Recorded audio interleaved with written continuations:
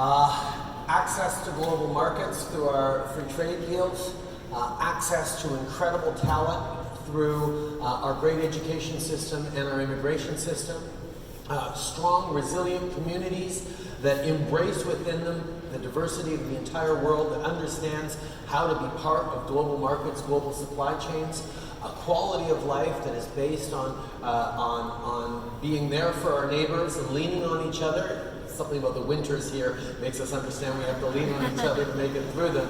But more than that, we understand that standing up for each other's rights and creating strong societies doesn't mean politics of division and attack, can bring people together. This is a good place to set down roots. This is a good place to build a company. It's a good place to build a future. We've got socioeconomic, fiscal, banking, legal stability that is world-class. And we're a country qui le fait dans les deux langues en plus, donc on a accès à la planète en français et en anglais. We have access to the planet in French and English. It would also be great for us to maybe talk about